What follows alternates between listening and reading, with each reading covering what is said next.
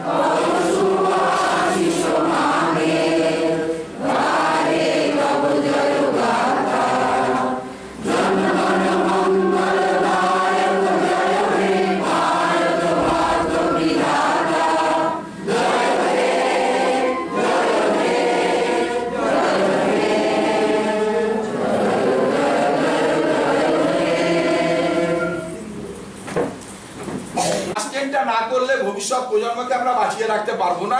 সেই কারণেই কিন্তু একটা সুন্দর বলছে ভিলেজ প্রসপারিটি রেজিলিয়েন্স প্ল্যান।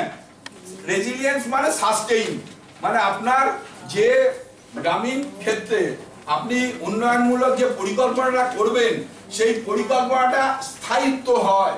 এরকম হয় না যে এই গ্রাম স্বরাজে আপনি বিপিআরবির একটা কাজ তুলে দিলেন আর প্ল্যানটা অ্যাপ্রুভ হয়ে গেল, তা কিন্তু সরকার চাইছে না। এবং এটা নিয়ে এবারে প্রচুর চাপ আছে, ম্যান্ডেট আছে যাতে গ্রাম পঞ্চায়েতের সঙ্গে বিপিআরবি প্ল্যানটা অ্যাটাচ হয় এবং সেটা লিঙ্ক ডিপার্টমেন্টের ক্ষেত্রে সেটা ফরওয়ার্ড হয় প্ল্যানের সহায়তা অনুসারে যে কাজগুলো লিঙ্ক ডিপার্টমেন্ট করবে। যাই হোক, এরপরে লাস্ট যেটা 3 নম্বরে আছে পপুলেশন। আমরা 17টা লক্ষ্যই আপনাকে দেখাবো। সেই 17টা লক্ষ্যের মধ্যে এই 3টে লক্ষ্য আপনি যদি ফলো করেন দেখবেন এই 3টে লক্ষ্যের মধ্যেই 17টা লক্ষ্য পেয়ে যাবেন এসডিজি। একদম লাস্টে যে লক্ষ্যটা আছে সেটা হচ্ছে পার্টনারশিপ, হাতে হাত ধরা। অর্থাৎ আমরা যেমন ওই জাতীয় সঙ্গীত সবাই মিলে গাইলাম, ঠিক একই রকম মানব শৃঙ্খল করে একে অপরের হাত ধরাধরি করে যদি আমরা এই সমাজটাকে এগিয়ে না নিয়ে যেতে পারি, সেই মতো যদি প্ল্যান না করতে পারি, তাহলে কিন্তু পৃথিবীটাকে আর সাম্যাবস্থায় নিয়ে আসতে শেষ হয়ে গেছে। 2030 সালের মধ্যে পুরোপুরি ভাবে ভূগর্ভস্থ পানীয় জল ভারতবর্ষ থেকে চলে যাবে। অলরেডি 2টো রাজ্য দিল্লি, চেন্নাই শহরে ভূগর্ভস্থ পানীয় জল ফুরিয়ে গেছে। তাহলে সেই জলটাকে রিসাইকেল করা, সাম্যাবস্থায় নিয়ে আসা, ফিরিয়ে আনার জন্য কি করা যেতে পারে, কিরকম প্ল্যান করা যেতে পারে, সেই মতো কিন্তু আমরা সাস্টেইন করে একটা স্থিতিশীল উন্নয়নের লক্ষ্যে পরিকল্পনা করব। এই হচ্ছে এসডি। গ্রাম পঞ্চায়েত 2টো সংকল্প নিচ্ছে এই 9টা থিমের উপর। সেই সংকল্পগুলোর উপর 25% যা অ্যাক্টিভিটি আছে তাই তো আনা হয়ে গেছে।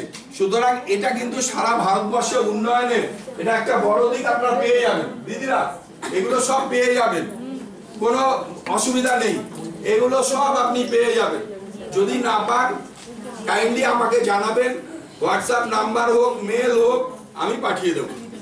একদম ছবি তুললে ভালো আসবে না, বুঝতে পারবেন না, আপনি পেয়ে যাবেন। আপনার গ্রাম পঞ্চায়েতে আমরা পাঠিয়ে দেবো। ম্যাডাম তো সবাই স্টার্ট জোরে।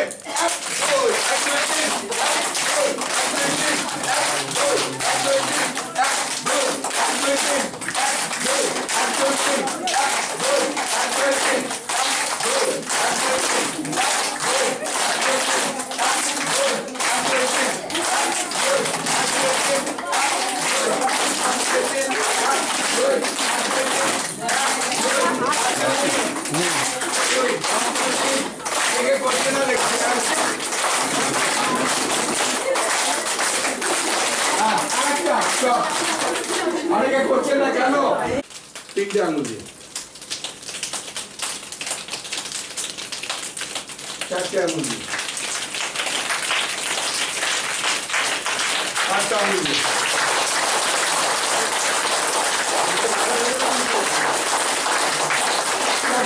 কৃষিভিত্তিক উন্নয়নে আমরাও জেলা, রাজ্য, স্টেট, বিভাগ সবাই মিলে একটা মডেল প্ল্যান আমরা করছি। আমরা এক একটা থিমের উপর সবাই দায়িত্বে আছি, তার উপর আমরা মডেল প্ল্যান করছি। মডেল প্ল্যান গুলো ফাইনালাইজ হয়ে যাওয়ার পর আমরা প্রত্যেকে মডেল প্ল্যান আজকেই লাস্ট ডেট আছে জমা দেওয়ার, আমরা জমা দিচ্ছি। সেখান থেকে একটা মডেল প্ল্যান তৈরি হবে। আমরা তো সবার সঙ্গে কমিউনিকেশন নেই, আমরা গ্রাম পঞ্চায়েতকে বা ব্লককে ওই মডেল প্ল্যানগুলো পাঠিয়ে দেবো। খালি হাতে এসছি, খালি হাতে যাবো, যাই করি না কেন, যত টাকাই কামাই, যা কিছু রেখে যায়, তাই তো বলবেন। প্রথম ফার্স্ট আছে কি ভিপিআরপি। ভিপিআরপি ফুল ফর্ম কি? Village prosperity residence plan. যার বাংলা অর্থ হচ্ছে গ্রামীণ উন্নয়নের স্থিতিশীল পরিকল্পনা।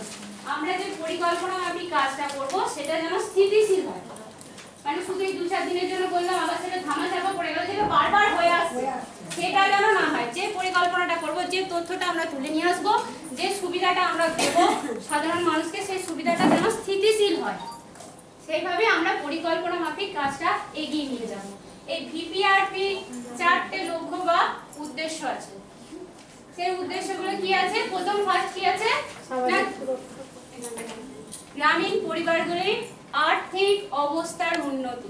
মানে এখন গ্রামীণ পরিবারগুলো যে অবস্থায় আছে তাদের আর্থিক অবস্থাতে একটু উন্নতি ঘটানো, যেটা আমাদের আনন্দঘনের লক্ষ্য কি ছিল না, দারিদ্রতা হ্রাস করা। সেইটা যাতে ঠিকভাবে হয় বা সেই পরিকল্পনাটা যাতে সঠিকভাবে হয় বা সাকসেসফুল হয়, সেইটাই হচ্ছে ভিপিআরপি পরিকল্পনা। তার পরিকল্পনার মূল উদ্দেশ্য হচ্ছে গ্রামীণ পরিবারগুলোর আর্থিক অবস্থার উন্নতি ঘটানো। দ্বিতীয় হচ্ছে কর্মসংস্থান সৃষ্টি। আমরা আর্থিক অবস্থা কখন উন্নতি ঘটাতে পারবো? যখন তাদেরকে একটা কর্মের সাথে যুক্ত করতে পারবো, বা তারা যে কর্মের সাথে যুক্ত আছেন সেটা যাতে উন্নতি আনতে পারবে, তখনই কিন্তু তাদের আর্থিক অবস্থার একটা উন্নতি ঘটাতে পারবো, তাই তো নাকি? 3 নম্বরে আছে দেখুন সামাজিক সুরক্ষা নিশ্চিত করা। আমরা কিন্তু বেশিরভাগ সামাজিক দিক থেকে নানা রকম ভাবে লাঞ্ছিত। আমি ধরে নিচ্ছি যে আজকের এই ট্রেনিংটার মূল উদ্দেশ্য হচ্ছে যে স্বনির্ভর দলের দিদিরা যারা রয়েছেন তারা এলাকার উন্নয়নে কিভাবে অংশগ্রহণ করতে পারেন সেই বিষয়ে একটু আপনাদের ব্রেনস্টর্মিং করানো, এবং এই স্থানীয় উন্নয়নের ক্ষেত্রে পঞ্চায়েত যে একটা প্রতিষ্ঠান, সেই প্রতিষ্ঠানকে আপনারা কিভাবে সহযোগিতা করতে পারেন এলাকার উন্নয়নের জন্য, এই মূল বিষয়টার উপরেই আজকের এই প্রশিক্ষণ কর্মশালাটাকে ডিজাইন করা হয়েছে। তো দেখুন, স্বনির্ভর দল হিসাবে আপনারা এলাকার প্রতিনিধিত্ব করছেন, আপনারা সেই এলাকারই মানুষ, এলাকার সুখে দুঃখে এলাকার উন্নয়নে আপনারা সেই এলাকার উন্নয়ন হলে আপনারা ব্যক্তিগতভাবে সেই উন্নয়নের সুযোগ সুবিধা পাবেন। আবার একটি প্রতিষ্ঠানের অংশ হিসেবে দায়িত্ব আছে।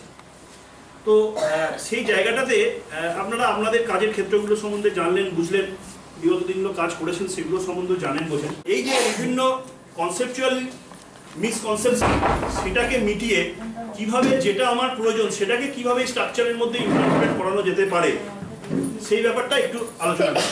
বলুন, এই যে জীবিকার সুযোগ সম্পন্ন, উন্নততর জীবিকার সুযোগ সম্পন্ন দারিদ্র্যমুক্ত গ্রাম, থিম 1, এটা হলো প্রথম থিম।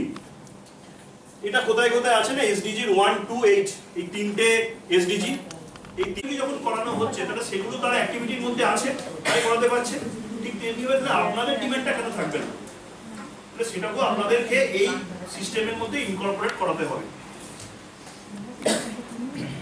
আর রয়েছে জল সম্পন্ন গ্রাম, পানীয় জলের ব্যবস্থা, নির্মল সবুজ গ্রাম মানে ড্রেন, স্যানিটেশন, গ্রুপ ডায়নামিক্স। আমরা সবাই মিলে একসাথে বসছি, একসাথে আলাপ আলোচনা করেছি। আমরা যদি সবাই সুন্দর ভালো হয়ে যেতাম, সমাজটা সুন্দর হয়ে যেত।